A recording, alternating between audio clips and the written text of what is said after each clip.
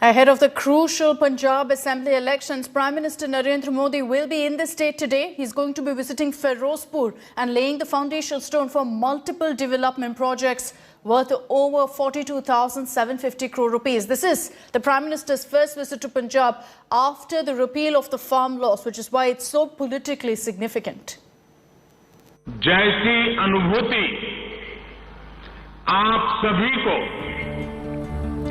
Car सेवा के समय होती है, अभी इस पल मुझे भी वही भाव अनुभव होता है।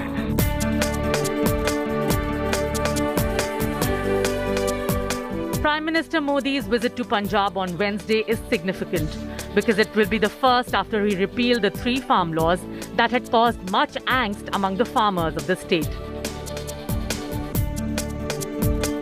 The PM has chosen Firozpur, the stronghold of estranged ally, the Akali Dal, to flag off some big-ticket projects for Punjab.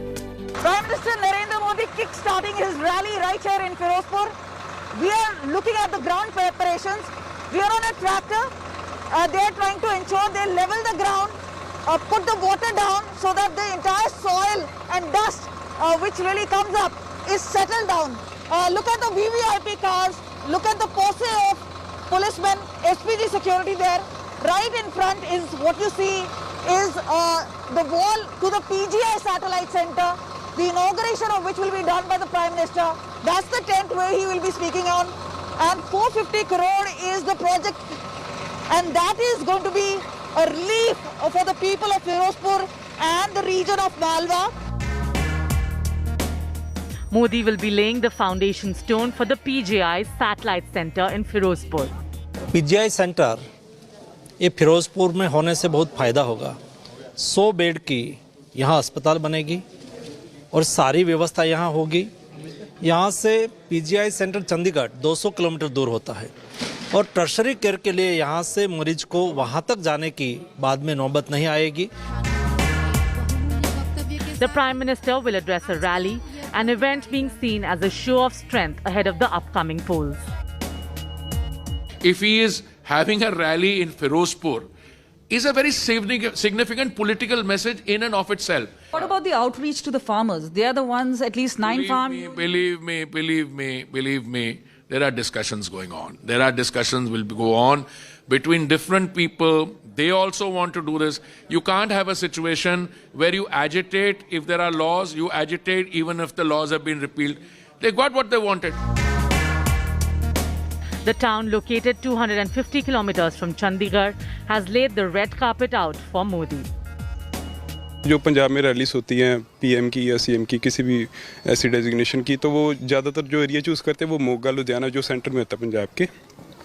तो इस बार उन्होंने फिरोजपुर चूज़ किया है, तो हो सकता है कि इसके लिए कोई इंडस्ट्रियल पैकेज हो, एग्रीकल्चर पैकेज हो, जिसके कारण वो हो सकता है इसको डेवलप करना चाह रहे हों। But a section of farmers have decided to hold a protest against the Prime Minister. ਅਸੀਂ ਇਹ ਚਾਹੁੰਦੇ ਆ ਕਿ ਪਹਿਲਾਂ ਉਹ ਪੈਂਡਿੰਗ ਪਈਆਂ ਮੰਗਾਂ ਜਿਹੜੀਆਂ ਉਹਨਾਂ ਦਾ ਹੱਲ ਕਰੋ, ਉਹਨਾਂ ਦਾ ਐਲਾਨ ਕਰੋ, ਉਦੋਂ ਬਾਅਦ ਜੀ ਸੱਦ ਕੇ ਪੰਜਾਬ ਵਿੱਚ ਜਿੱਥੇ ਮਰਜ਼ੀ ਰੈਲੀ ਕਰੋ, ਸਾਨੂੰ ਕੋਈ ਇਤਰਾਜ਼ ਨਹੀਂ। ਔਰ ਅਸੀਂ ਇਸ ਜਿੰਨਾ ਚਿਰ ਮੰਗਾਂ ਹੱਲ ਨਹੀਂ ਕਰਦੇ ਉਹਨਾਂ ਚਿਰ ਪੰਜਾਬ ਆਉਣ ਤੇ ਇਹਨਾਂ ਦਾ ਪੂਰਾ ਜ਼ਬਰਦਸਤ ਸਖਤ ਤਰੀਕੇ ਨਾਲ ਵਿਰੋਧ ਕਰਾਂਗੇ। The opposition too launched an attack on Modi, saying it was only because of elections that he was visiting the state. प्रधानमंत्री 5 साल बाद आ रहे हैं। नवजोत सिद्धू यहाँ 5 साल गुत्थम गुत्ती होकर रहा है, और जब उन्होंने राज्यसभा दी थी पंजाब से दूर रहने की, सिद्धू तब इस्तीफा देके आया था। After the farm law standoff, the BJP feels it has lot of ground to cover up in Punjab. The party, which will be fighting the elections with Captain Amarinder Singh, will be hoping that the Prime Minister's rally will give the party the perfect launchpad for its poll campaign. With Kamaljeet Sandhu, Bureau Report, India Today. And another day, the country is witnessing a massive spike in COVID cases ahead of poll season. Experts are warning of a third wave. Political rallies but continue unabated, and every political party is guilty of this. That's why the Election Commission will chalk out COVID protocols with chief electoral officers of the 5 poll-bound states today in a crucial meet. The Commission is also looking at framing new guidelines for the upcoming elections. Guidelines will be framed this week. The Election Commission held an extensive meeting to discuss COVID preparedness in the poll-bound states on Tuesday. The discussion was held on a ban on door-to-door campaigning, turning public rallies into virtual rallies, and also banning campaigns. All of this was discussed in the meeting.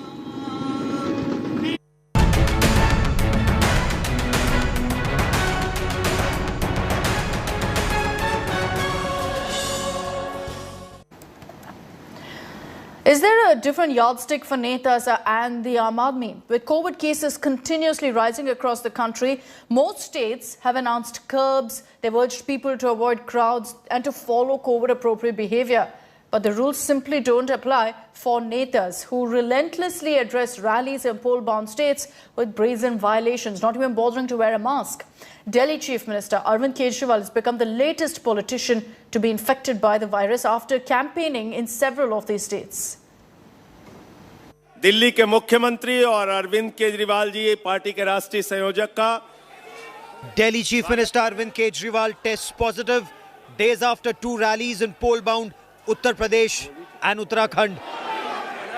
Symptoms अभी काफ़ी हल्के हैं और वो isolation में हैं और उन्होंने अपील की कि जो लोग उनके कांटेक्ट में आए वो भी आइसोलेशन में जाएं और अपना टेस्ट कराएं. पूछता हूं बाबा साहब. Politics erupted soon after the Delhi Chief Minister tweeted saying he tested positive. Arvind Kejriwal's political rivals took pot shots at him. कि जो सलाह विज्ञापन के माध्यम से केजरीवाल जी पूरी दिल्ली को दे रहे थे, कम से कम उस सलाह के बारे में वो खुद चुनावी मोड में क्योंकि चले गए थे, लापरवाह नहीं होते. लोग बाहर से आके पंजाब च राज करना चाहते. पंजाब वास्ते भी ये कोरोना ही है. ऐसी है जो कोरोना नहीं लेना, अजਿਹੀ बीमारी नहीं पानी कि ਜਿਹੜੀ बाहर से आके सानू पै जे. But it isn't Arvind Kejriwal alone. Leaders across the political spectrum have tested positive for COVID-19. BJP MP Manoj Tiwari, Congress MP Dipinder Hooda, Union Minister Mahendra Nath Pandey, Chhattisgarh Health Minister T.S. Singhdeo, JDU National President Rajiv Ranjan Singh, Congress Party Leader Randeep Surjewala. While there are curbs like night curfew and weekend curfew for the common man, political leaders continue to throw caution and social distancing norms to the wind. Prime Minister Narendra Modi, Uttar Pradesh Chief Minister Yogi Adityanath, Samajwadi Party Chief Akhilesh Yadav, Congress leader Priyanka Gandhi Vadra and many others have been holding rallies and roadshows attended by thousands in the run-up to elections in 5 states. On Tuesday, a stampede-like situation was witnessed at a marathon organized by Congress Party's former Bareilly Mayor Supriya Aran. Most of the participants were not wearing masks. तीर्थ यात्रा के लिए लोग वैष्णो देवी गए थे, वहाँ क्या हुआ, उसको आप क्या कहेंगे? ये इंसानी फितरत होती है कि हम आगे बढ़ते हैं, पहले हम आगे बढ़ें. यहाँ तो छोटी बच्चियाँ हैं, अभी स्कूल में पढ़ी रही हैं, तो थोड़ा बहुत भागदौड़ हो गई. The political rallies with zero COVID-appropriate behavior comes at a time when the Allahabad High Court urged the Election Commission and Prime Minister Narendra Modi to consider postponing UP elections. तब से ये सारी पार्टियां मेरे को गालियां दे रही हैं. When people come together, obviously the corona spreads. When they don't maintain social distance, the corona spreads. When they don't wear masks, corona spreads. So this is part of it.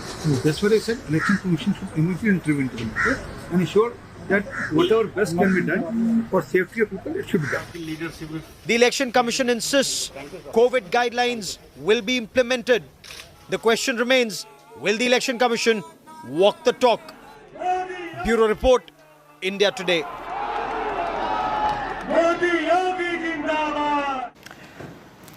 So the third wave is officially here. Health experts in India and abroad have projected that a peak is likely to hit India by the end of this month, by the end of January. Several states are reporting already a huge uptick in COVID tallies. Milind Sharma gets you the latest updates and also what experts have to say.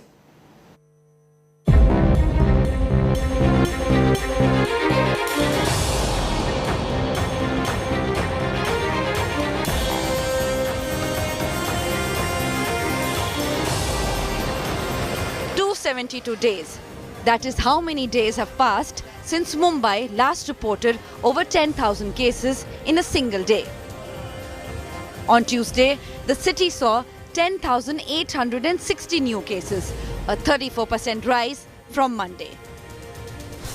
Led by Mumbai, Maharashtra reported nearly 19,000 new cases on Tuesday, fueling fears of a lockdown. ऐसे ही 20,000 के ऊपर रुग्ण पाए जा रहेंगे तो lockdown लगाना जरूरी होगा. And it isn't only Mumbai that is witnessing a sharp surge in its COVID tally, triggered by the Omicron variant of coronavirus.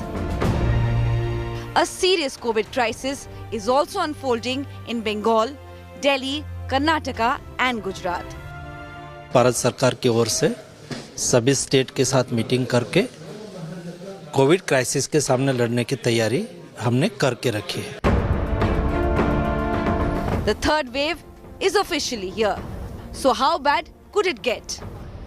Dr. Soumya Swaminathan, the Director of Infectious Diseases and Infection Control at Glen Eagles Global Hospitals, paints a scary picture. It may be 15 lakhs, but I don't see it much less than that. I suppose somewhere between 15 and 20 lakhs is where I ballpark it. Many global health experts feel the same.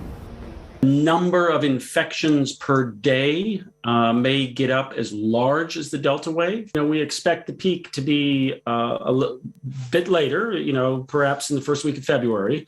And the reason you're not seeing a big increase yet is that it's early days. But nevertheless, it should not be the terrible, circumstances that you saw with the Delta wave. The only silver lining in all this is that this wave is likely to be less severe than the second wave driven by the Delta variant. The fall in cases after hitting a peak is also expected to be quick. It seems to be a symmetrical peak because it doesn't seem to behave differently. Therefore, I expect a quick up and a quick down. Yet, the sheer number of projected cases means India can't let its guard down. The solution lies in the safety of wearing masks and speed with which people get vaccinated. With Milan Sharma in New Delhi and Kamaljeet Sandhu in Firozpur, Bureau Report, India Today.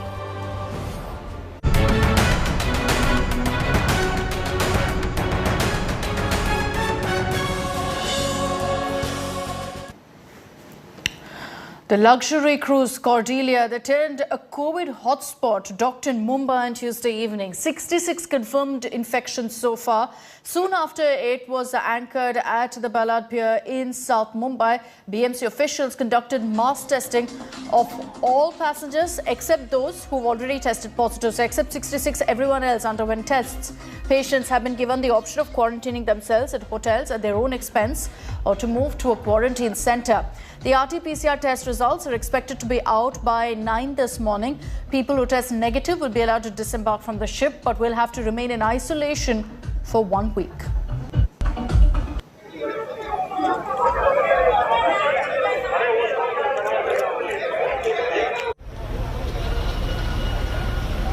The luxury Cordelia cruise, which turned into a COVID hotspot while at sea, dropped anchor in Mumbai on Tuesday after 48 hours of a traumatic journey for its high-end passengers.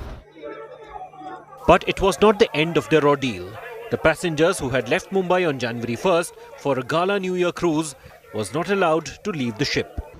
A team of BMC health officials waited on shore as the ship docked in Mumbai. The team boarded the vessel to carry out mass testing of some 1,900 passengers. The 66 people who had tested positive while the ship was off the Goa coast were removed in ambulances to be isolated. The rest were told to stay on the ship till their RT-PCR results came. Ambulances were on standby to take any positive cases for quarantine. ये जो कार्डेला जो cruise है ये 1 तारीख को मुंबई से निकला था गोवा के लिए, ठीक है. 2 तारीख को इन लोगों के एक ग्रुप रैपिड एंटीजन टेस्ट में पॉजिटिव आया था. इसके लिए इन लोगों ने सब टेस्टिंग किया था अराउंड 2000 पैसेंजर्स का. उसमें 66 लोग पॉजिटिव आए हैं उसमें से 6 लोगों को खाली गोवा में उतरे हैं और बाकी के 60 लोग ऑन बोर्ड ही है। तो अभी ये क्रूज़ वापस आ रहा है, आज 4th डे है। ऑलरेडी उन लोगों ने सबका टेस्टिंग किया है, बट मुझे मुंबई के आने के पहले मुझे उन लोगों का सबका RT-PCR टेस्टिंग करना है। The ship had set sail from Mumbai with 2016 passengers who shelled out upwards of 50,000 rupees for a ticket. On January 2nd, one crew member tested positive. A day later, on January 3rd, 66 more caught the virus. To add to the chaos on the ship, Goa authorities refused to allow those who tested negative to deboard. Stranded at sea, the 3-day dream cruise soon became a nightmare for passengers. मैं 7108 में रहता हूँ, मेरे बाजू 7106 Covid positive है, 7104 Covid positive है। अच्छा, so you're saying all those COVID positive passengers have been placed in rooms right next to those who are COVID negative. So you inevitably will have to cross paths. Yeah, and I requested them a lot कि मुझे आप room shift करा दीजिए, एक floor आप Covid वालों को दे दीजिए, नेगेटिव वालों को एक फ्लोर दे दीजिए. But there was no such arrangement done, and the people positive are placed right next to the rooms of the negative people. Facing flak, the Cordelia ship management insisted that all COVID protocols were followed during the cruise. Only passengers with COVID negative certificate had been admitted on board. Cordelia said that the way Goa government had reacted was unfortunate. Now, who are responsible for the corona blast on this particular Cordelia cruise ship? The Mumbai officials and the Port Trust officials who gave the permission to travel of around 2,000 people together on this particular cruise ship. Third, the Cordelia cruise official who did not check their own crew member RT-PCR test. The fourth are the Goa government officials who did not allow the negative or the positive people to deboard the ship in Goa itself. With camera person Vijay Desai, this is Saurabh Bhaktania in Mumbai for India Today. All right, let's get you the latest updates on the investigation into the bully buy auction case. The Mumbai Cyber Police will bring, believe it or not, an 18-year-old accused, Shweta Singh. She's the main accused in the case and she'll be brought down to Mumbai today. She was detained in Uttarakhand and is currently in transit remand. Shweta's arrest comes after the police got custody of a 21-year-old called Vishal Kumar, an engineering student, again in Bengaluru. The Ministry of Information and Technology sources claim that the ministry is now closely monitoring the bully buy case through the Indian Computer Emergency Response Team. Sources further suggest that the ministry is coordinating with GitHub, with Twitter, Delhi Police as well as the Mumbai Police in this matter, and are likely to also approach Microsoft to get more details on exactly who's behind this app. Authorities are also mulling to summon GitHub's local officials to expedite the entire process. Essentially, GitHub is an open source software repository service which was used to develop the bully buy app that had allegedly put Muslim women up for auction. इसमें शिकायत मिलने पर उसी दिन ही हमने south east district का cyber police station में मुकदमा तुरंत दर्ज करके इसकी तफ्तीश शुरू कर दिया है और इसको गंभीरता से लेते हुए उसको हमारे दिल्ली पुलिस का साइबर यूनिट इस पे अभी तफ्तीश करेगी, इसकी प्रक्रिया भी किया जा रहा है। और इस संदर्भ में तफ्तीश को आगे बढ़ाते हुए जो होस्टिंग प्लेटफॉर्म है वो इंटरनेशनल प्लेटफॉर्म है, उसके साथ हमने संपर्क बनाया है और जो भी इंटरनेशनल प्रोटोकॉल्स होते हैं इन्वेस्टिगेशन का, उसके तहत इसकी तफ्तीश अभी आगे किया जा रहा है। अभी पुलिस कस्टडी उनको 10 तारीख तक दी गई है और उसके बाद में कोर्ट उनका निर्णय लेगा कि आगे क्या करना है उसके ऊपर। अभी फिजिकल कस्टडी की उनकी ज़रूरत है, ऐसा कोर्ट ने अपने जो है पुलिस कस्टडी के रिमांड में आज उसके लिए दिया हुआ है। ठीक है, तो अभी पुलिस को ये इन्वेस्टिगेशन करना है आगे कि इन्होंने कैसे इस क्राइम किया हुआ है और इसके लिए हमने बोला है कि हमने फॉल्सली इम्प्लीकेटेड है पूरे, हमने ये क्राइम में हमारा कोई भी रोल नहीं है। इसके लिए कोर्ट ने हमारी सुनी और जो शॉर्ट पीसी है वो ग्रांट की है।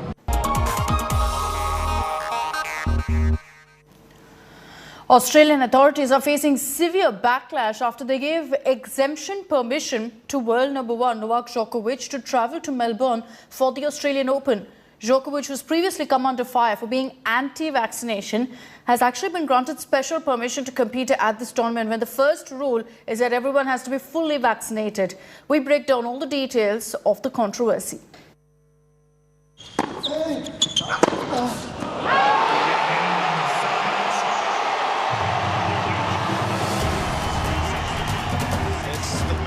Novak Djokovic is heading to Australia to defend his title at the Melbourne Park. The world number one will fly to Melbourne after receiving a medical exemption from the Australian authorities. Djokovic, who has always refused to reveal his COVID vaccination status, had previously said he was unsure whether he would compete at the Grand Slam due to concerns over Australia's quarantine rules. But in a post on Instagram, Djokovic wrote he's heading down under with an exemption permission. Netizens, however, were angry, especially Australians who questioned the authorities on the special treatment being given to Djokovic. The Serb faced heavy backlash on social media. Former Aussie tennis star Mark Philpossus hit out at both Djokovic and the Australian authorities, stating they can't make exceptions because he is the number one player in the world. Rules in Victoria state that players must be double vaccinated against COVID-19 or have a medical exemption granted by an independent panel of experts. And considering Djokovic pulled out of the ATP Cup in Sydney, his participation at this year's first Grand Slam was always in doubt.